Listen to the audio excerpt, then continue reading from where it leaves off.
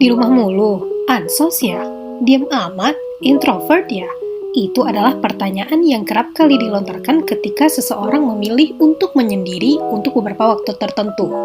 Pertanyaan tersebut memicu timbulnya anggapan bahwa seseorang yang bersifat tertutup pun disebut sebagai introvert atau bahkan antisosial. Walaupun sama-sama bersifat tertutup, sebenarnya introvert dan antisosial itu sama nggak sih? Introvert itu bisa didefinisikan sebagai orang yang lebih suka menyendiri dibandingkan berada di dalam keramaian. Tetapi, itu bukan berarti seorang introvert tidak bersosialisasi dengan banyak orang. Hanya saja, setelah mereka bertemu dengan banyak orang, hangout, ataupun ngobrol, mereka akan memilih untuk menyendiri dulu sebagai bentuk memulihkan energi yang telah mereka keluarkan saat ketemu dengan orang banyak. Sedangkan orang antisosial adalah orang yang memiliki gangguan kepribadian di mana mereka sering melanggar dan mengabaikan hak orang lain.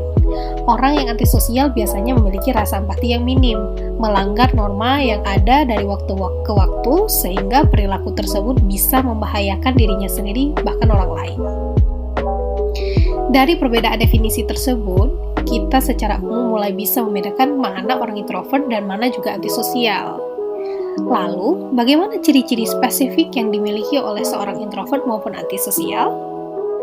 Orang introvert umumnya cenderung menghindari keramaian bukan karena cemas, melainkan suka menyendiri. Orang introvert juga mampu berinteraksi dengan orang lain, tetapi seorang introvert lebih cenderung membatasi pertemanan mereka. Orang introvert lebih suka fokus dengan diri mereka sendiri, sehingga tak heran mengapa mereka lebih tertutup dengan orang lain. Mereka juga lebih senang memperhatikan sekitaran mereka daripada terlibat dalam lingkungan tersebut. Sedangkan antisosial, mereka cenderung melihat sesuatu dari sudut pandang negatif. Mereka juga tidak mampu mengikuti norma dan aturan sosial yang berlaku.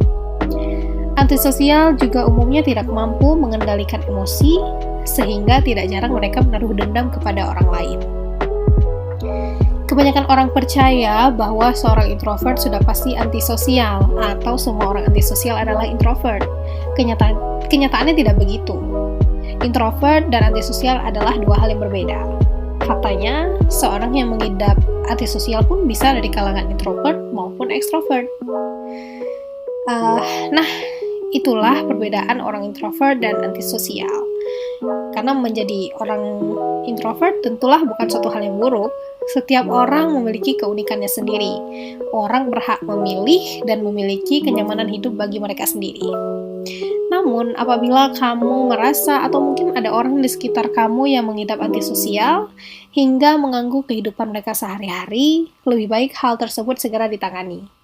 Orang yang mengidap antisosial dapat ditangani dengan melakukan terapi kognitif dan perilaku untuk mengubah pola pikir yang salah atau tidak rasional, serta melihat perilaku apa yang perlu diubah.